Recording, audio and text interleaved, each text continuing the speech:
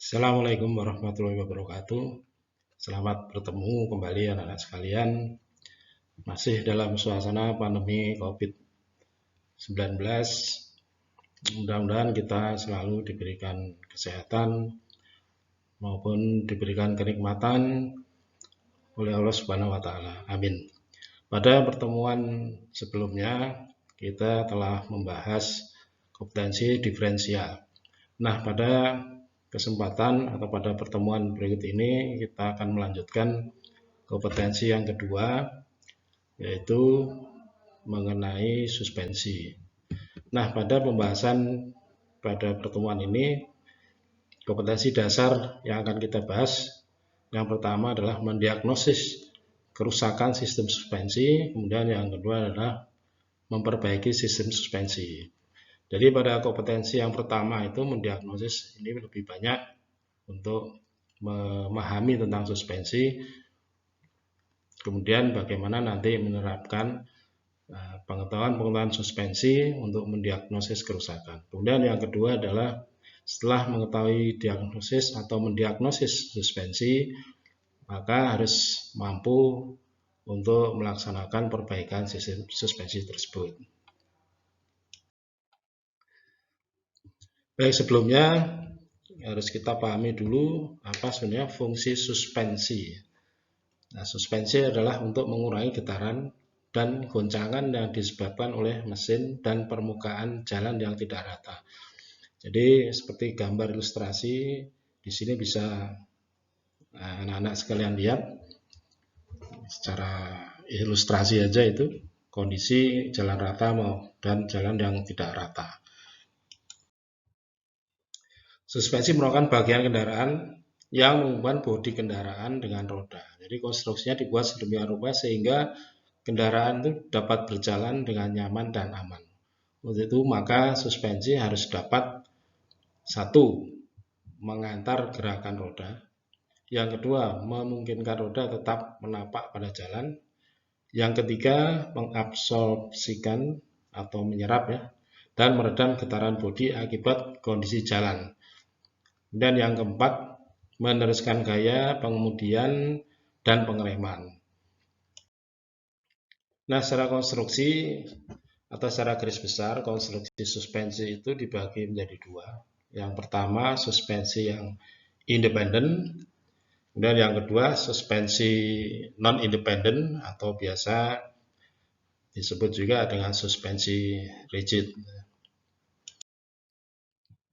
Nah, secara garis besar, komponen utama suspensi itu bisa dilihat pada slide berikut ini. Yang utama itu adalah pegas, shock absorber, kemudian suspension arm, ball joint, bushing karet, strut bar, stabilizer bar, lateral control rod, control arm, dan bumper. Jadi ini secara garis besar komponen-komponen suspensi itu tersebut seperti yang di slide ini. Nah, ini juga sudah termasuk komponen untuk kestabilan atau komponen pelengkap untuk kestabilan kendaraan, misalnya stabilizer bar, control arm, lateral control rod.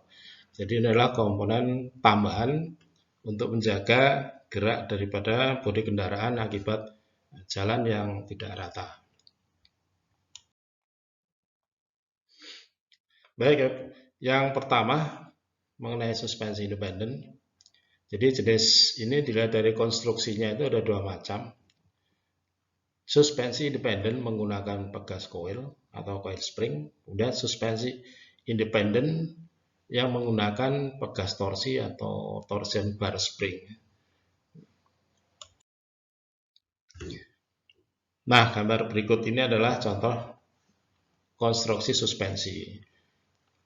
Ini adalah suspensi independen menggunakan coil spring.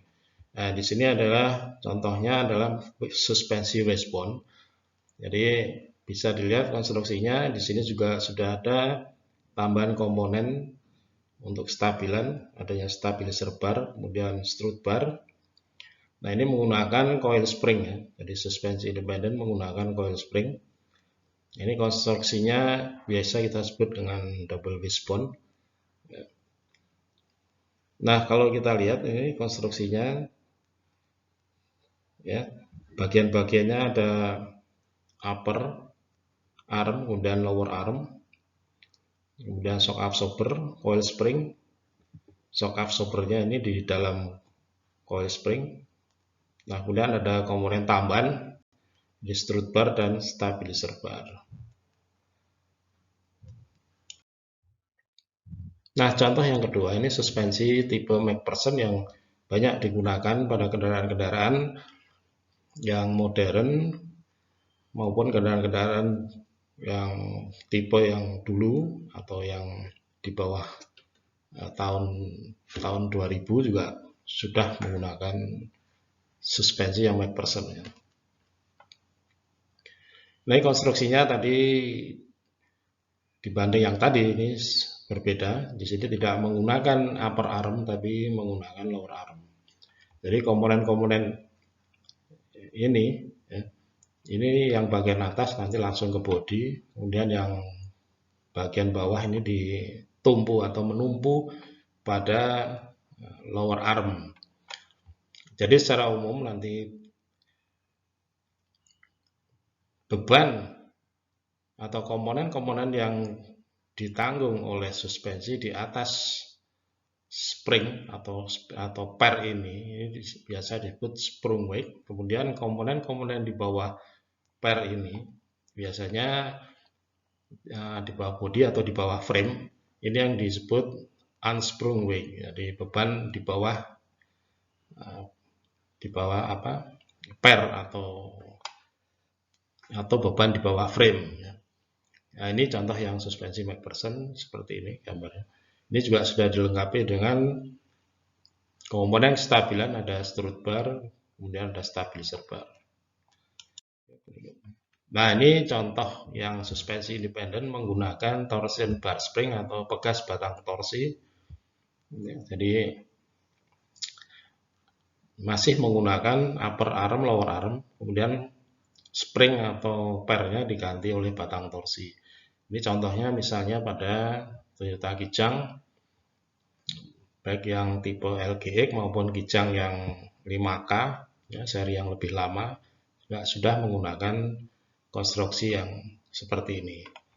Jadi menggunakan upper dan lower arm, sudah dilengkapi strut bar karena di sini dimaksudkan adalah untuk menanggung beban yang lebih berat karena kategori kendaraan tersebut biasanya digunakan untuk angkutan ringan sampai menengah, sehingga perlu dilengkapi dengan kestabilan atau strut bar ini untuk menjaga posisi roda tetap pada posisinya terhadap beban yang dari depan. Nah, kemudian secara konstruksi ini untuk kenyamanannya dan juga kekuatan dengan menggunakan upper lower arm ini, maka proses peredamannya juga berjalan lebih efektif, kemudian bekerja atau guncangannya bisa diredam sehingga keamanan maupun kenyamanannya juga lebih bagus. Nah, yang bagian kedua adalah suspensi yang rigid atau biasa disebut yang independen menggunakan pegas daun. Ini rata-rata diterapkan pada kendaraan ringan sampai dengan kendaraan berat, biasanya pada kendaraan menggunakan penggerak belakang. Jadi suspensi rigid biasanya menggunakan pegas daun yang dibuat dari bilah baja lengkung, mempunyai elastisitas yang tinggi. Suspensi ini juga banyak digunakan pada roda belakang. Ya, ini contoh yang suspensi yang non independen menggunakan pegas daun atau biasa disebut suspensi rigid atau ya. Nah, contoh-contoh lain konstruksi suspensi sebagai pelengkap. Ya, untuk yang bagian belakang menggunakan pegas coil. Ini contohnya pada gambar. Ini suspensi yang non independen menggunakan coil spring, kemudian sudah dilengkapi juga dengan kestabilan, alat komponen-komponen untuk kestabilan, misalnya stabilizer bar, kemudian ada lower control arm, ya, ini contohnya.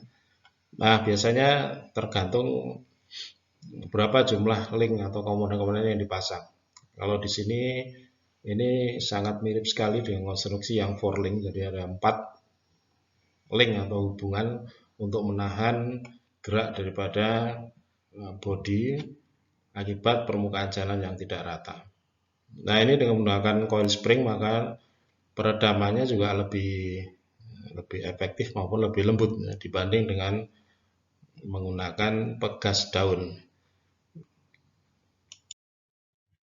Ini contohnya yang 4 link, hampir mirip dengan contoh yang tadi. Maka di sini ada namanya lower control arm, kemudian di sini lateral control, ini ada stabilizer bar. Jadi ini disebut suspensi yang tipe 4 link ya. Dan ini contohnya sekarang banyak digunakan pada Daihatsu Xenia maupun Toyota Avanza, menggunakan konstruksi suspensi untuk roda belakangnya demikian.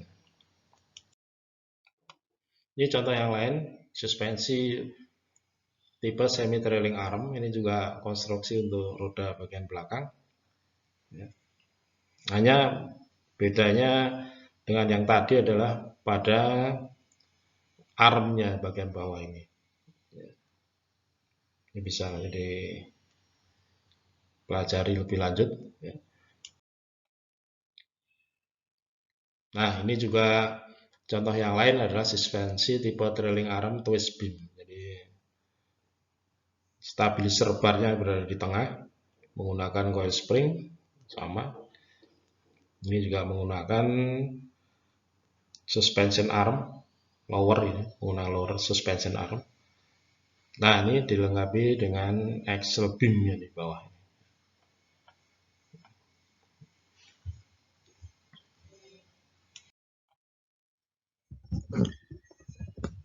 Nah, sekalian, secara garis besar, jadi yang sudah saya sampaikan itu adalah secara teoritis tentang suspensi.